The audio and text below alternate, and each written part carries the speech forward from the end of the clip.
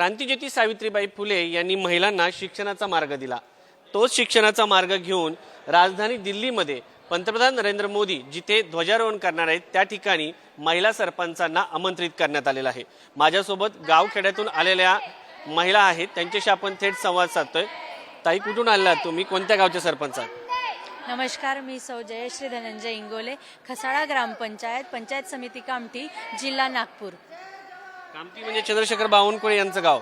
हो, माझं गाव म्हणजे माननीय श्री चंद्रशेखरजी बावनकुळे यांचं जन्मगाव। काय काय गावामध्ये विकास केलाय?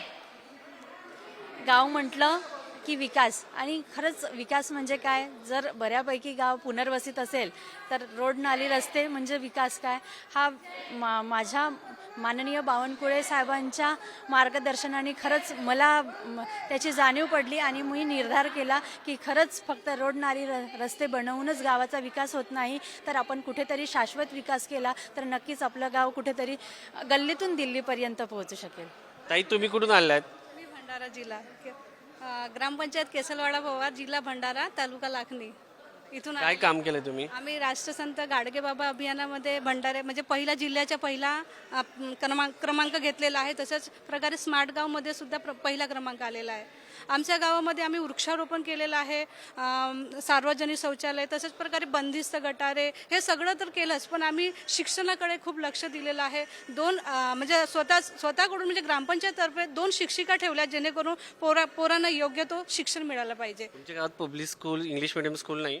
नाही आहे, आणि बाहेरगावी शिकायला जातात, आणि त्याच्यामुळे आम्ही अंगणवाडीला सुद्धा डिजिटल अंगणवाडी केलं आणि एक शिकलेली शिक्षिका ठेवलेली आहे। तुमच्या घरातील मुले कुठे शिकतात? माझे मुलं मोठे झालेले आहेत, ते एक मुलगा 11वीला आहे आणि एक मुलगा 8वीला आहे। ती कुठल्या शाळेत शिकले? जिल्हा परिषद? जिल्हा परिषद शाळेत आधी शिकले, त्याच्यानंतर आम्ही त्याला बाहेर टाकलं, हॉस्टेलला राहते तो, कारण की तो खूप बदमाश होता ना, त्याच्यामुळे टाकला। अच्छा, तुम्ही गावाला कसं सांभाळता मग? गावाला आम्ही दोन्ही मिळून सांभाळतो, कारण की माझे मिस्टर सुद्धा ग्रामपंचायत सदस्य आहेत, आणि त्यांच्यामुळे कसं आम्हाला कोणतंही काम करू देतात का पण तुम्हाला? दोन्ही लोक आम्ही काम करतो ना, त्याच्यात सरपंच का तुम्ही सरपंच? मी सरपंच आहे, ते ग्रामपंचायत सदस्य आहेत, आणि मी शाळेत कोण बघतं गावाचं मग? आम्ही दोघी लोक बघतो, असं काही नाही। तुमच्या अधिकाराचा गैरवापर नाही करत ना ते? नाही, ते ग्रामपंचायत सदस्य आहेत ना, नाहीतर लोकांनी करूच दिलं नसतं। सह्या कोण करतं सरपंच म्हणून? मी स्वतः करते, मी शिकलेली आहे आणि एक शिक्षिका पदावरही कार्यरत आहे, त्याच्यामुळे खूप अभिनंदन म्हणतो। ताई, तुम्ही कुठून आलाय? नमस्कार, मी सौ अपर्णा नितीन राऊत, सरपंच कोंढाळा, तालुका देसाईगंज वडसा, जिल्हा गडचिरोलीवरून आलेली आहे। गडचिरोलीमध्ये काय काय कामं केले तुम्ही? गडचिरोलीमध्ये जे काही पायाभूत सुविधांचे जे कामं होते ते ऑलरेडी पुरेपूर होतेच, परंतु त्याच्यावर अजून आता दुगणं हे झालेलं आहे की योजनांमुळे त्या कामामध्ये भर पडलेली आणि चांगल्या पद्धतीने कामं झालेले आहेत। गडचिरोली म्हणजे महाराष्ट्रात खूप टोक समजलं जातं, तिथून तुम्हाला इथे येण्याचा मान मिळालेला आहे, काय सांगाल? खरंच खूप चांगला अनुभव आहे आणि खूप आनंद होत आहे की इथून गडचिरोलीवरनं मला इथं बोलवलेलं आहे, आणि खूप अभिमानाची गोष्ट वाटत आहे की इथं एक सरपंच आलेला आहे, जिल्ह्यातून एक सरपंच फक्त पाठवण्यात आले, आणि त्याच्यामध्ये मी स्त्री म्हणजे इथं निवड झाली आहे, त्याच्यामुळे मला खूप आनंद होत आहे। त्याच्यामुळे मी जिल्हा परिषदचं खूप खूप मनापासून आभार मानते, आणि आपले भारत सरकारचं सुद्धा खूप खूप मनापासून आभार मानते। काय नक्की अजून भविष्यात करावं असं वाटतं सरपंच म्हणून? सरपंच म्हणून बऱ्याच गोष्टी होऊ शकतात गावामध्ये, गावाचं सहकार्य आणि सगळ्या लोकांचं सहकार्य मिळालं तर गावातला खरंच विकास खूप चांगल्या पद्धतीने होऊ शकतो, योजनांच्या माध्यमातून होऊ शकतो, आणि आपण नाविन्यपूर्ण उपक्रम राबवले तर त्याच्यातून सुद्धा खूप चांगला गावाचा विकास होऊ शकतो।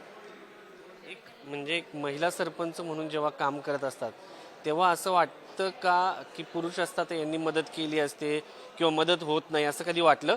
नाही, तसं कधीच नाही झालं ना, परंतु महिला सरपंच झाल्यावर मला 2-3 वर्ष बराच त्रास झाला, कारण की लोकांना समजवणं, बॉडीला समजवणं, सगळ्यांना हातात घेऊन कामं करणं हे पहिला अनुभव असल्यामुळे मला 2-3 वर्ष बराच त्रास झाला, परंतु आता सगळ्या गोष्टी समाजाला आल्या आहेत, त्याच्यामुळे सगळ्यांचं सहकार्य चांगल्या पद्धतीने मला मिळत आहे। खरं तर महिला सरपंच होताना तिला सुरुवात घरापासून करावं लागतं, कारण काही कधी म्हणतात खूप शहाणी झाली आहे, तिकडे गावात फिरते, घरची कामं करावी लागतात, असं कधी होतं का? तसं होतो कधी कधी, परंतु आम्ही कसं करतो की दोनही घर आणि बाहेरचे कामं सुद्धा सांभाळून आम्ही आपला संसारही चालवतो आणि ग्रामपंचायत सुद्धा चांगल्या पद्धतीने चालवत आहोत. सगळ्यांचं सहकार्य, घरचं कुटुंबाचं सहकार्य असल्यामुळे आणि गावातल्या लोकांचं सहकार्य असल्यामुळे व्यवस्थित सगळं चालत आहे. खूप खूप शुभेच्छा ताई तुम्हाला. ताई तुम्ही कुठून आलात सांगा. मी नयना अशोक भुसारे, मी ठाणे जिल्ह्यातनं खरं आलेले आहे आणि माझी ग्रामपंचायत अतिशय ग्रामीण भागातली आहे. मी एक ग्रामीण भागातली महिला सरपंच आहे. काय कामं केलीत गावामध्ये? माझ्या इथे आताच मला नुकताच पुरस्कार मिळाला आला आहे. आपले मुख्यमंत्री असताना शिंदे साहेबांच्या हस्ते आर राबा सुंदरगाव पुरस्कार मला मिळालेला आहे. याच्यामध्ये काय काम केलं गावामध्ये पण?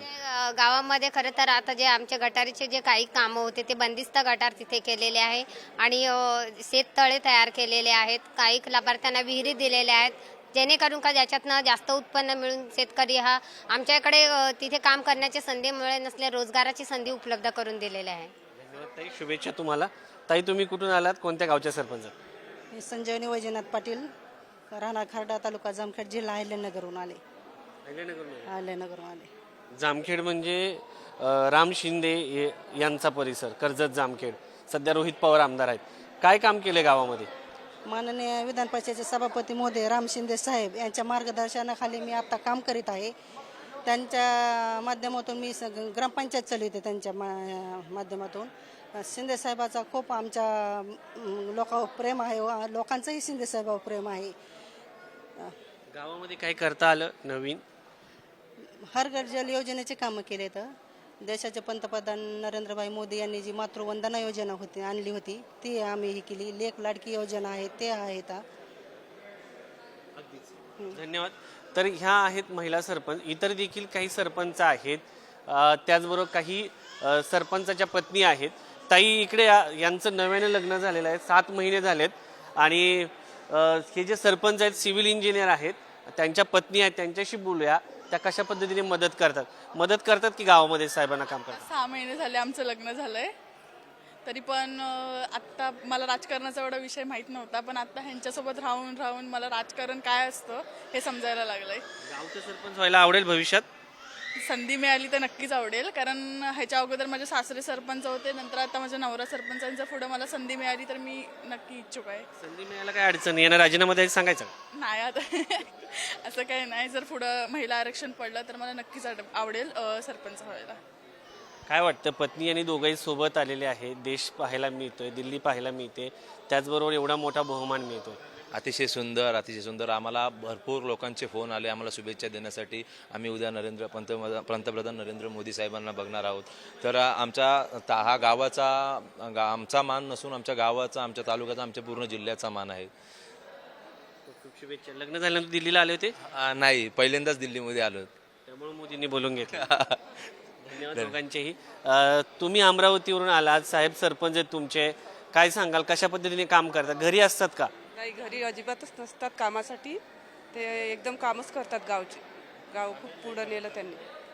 काही महिला तुमच्याकडे कामं घेऊन येत असतील तर करतात का, मदत करतात? हो, मदत करतो. हो, मी रेखा शशिकांत मंगडे, अंजनगाव तालुका, जिल्हा अमरावती, कसबेगाव इथून आले.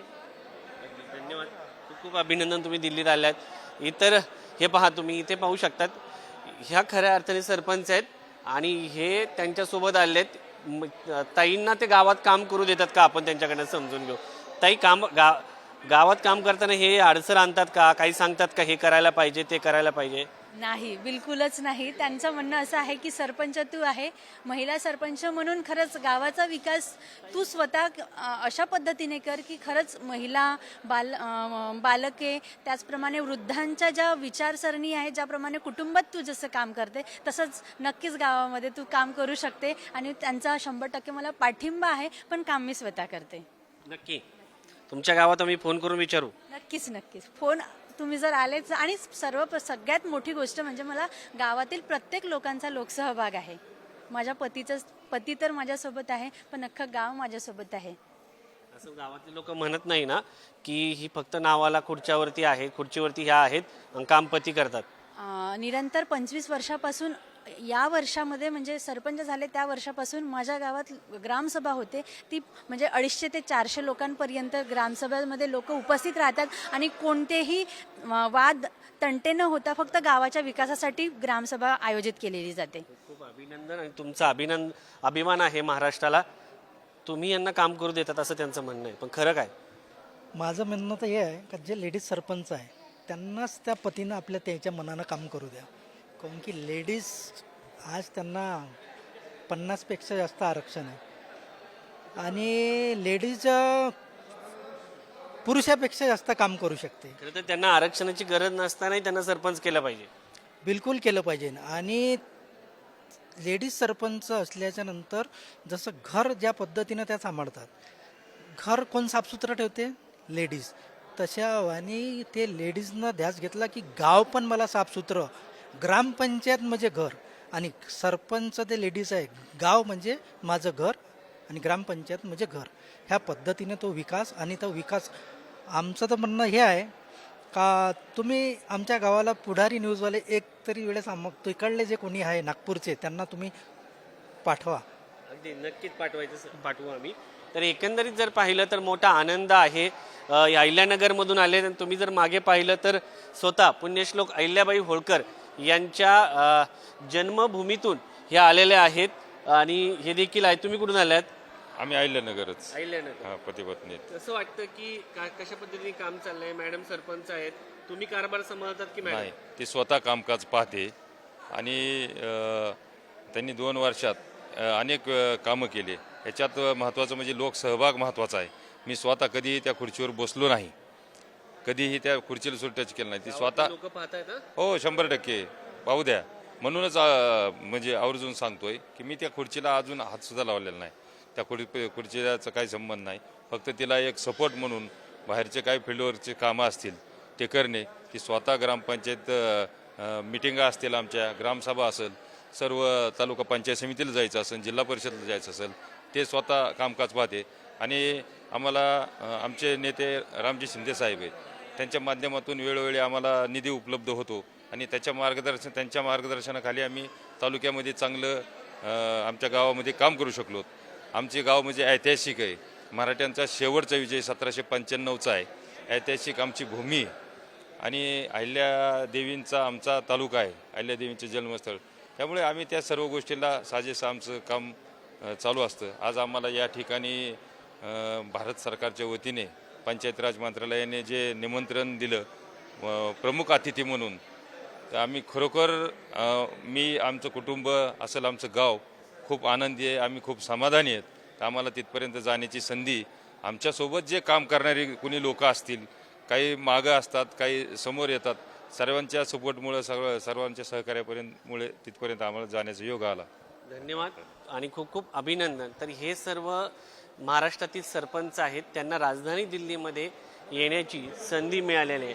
खरं तर आपण जर पाहिलं तर पुण्यश्लोक अहिल्याबाई होळकर यांच्या जन्मगावातून हे या ठिकाणी पोहोचलेले आहेत. एकीकडे क्रांतिज्योती सावित्रीबाई फुले यांच्या कामाचा वसा घेऊन मुली शिकल्या, पुढे गेल्या, त्यांनी शिक्षण घेतलं आणि त्यानंतर आता अहिल्याबाई होळकर यांच्या राजकारणाचा, राजनीतीचा, नीतिमत्तेचा वसा घेऊन ते राजधानी दिल्लीमध्ये पोहोचलेले आहेत. गावासाठी काम केलेलं आहे. हे दिल्लीचं महाराष्ट्र सदन आहे आणि महाराष्ट्र शासनाने त्यांची या ठिकाणी राहण्याची सोय केली आहे. आपली नजर जाईल तिकडे हे सरपंच पाहायला मिळतात. गावगाडा चालणारे हे सरपंच या ठिकाणी पोहोचलेले आहेत आणि लोकांमध्ये मोठा आनंद जो आहे तो या निमित्ताने पाहायला मिळत आहे. खरं तर हे जर इथे या ठिकाणी पोहोचले असले तरी खऱ्या अर्थानं त्यांचा गाव या ठिकाणी पोहोचलेला आहे आणि आपल्या गावचा सरपंच पंतप्रधान नरेंद्र मोदी ज्या ठिकाणी ध्वजारोहण करणार आहे त्या ठिकाणी पोहोचलेला आहे. याचा अर्थ पूर्ण गाव पोहोचलेला आहे. एकीकडे पंतप्रधान नरेंद्र मोदी हे गावातील सोयीसुविधांबाबत नेहमीच सजग असतात, तर दुसरीकडे जर आपण पाहिलं तर महात्मा गांधी यांनी खेड्याकडे चाला सांगितलं होतं. मोदी यांच्या काळामध्ये, अलीकडच्या काळामध्ये खेड्यांचा विकास होतोय आणि खेड्यांना दिल्लीत काय घडतंय याचंही दर्शन होतंय. त्यामुळं दिल्ली आणि गल्ली यातील अंतर कमी होण्यास मदत झालेली आहे. व्हिडिओ जर्नलिस्ट अनिल कपूरसह शिवाजी काळे, पुढारी न्यूज, दिल्ली.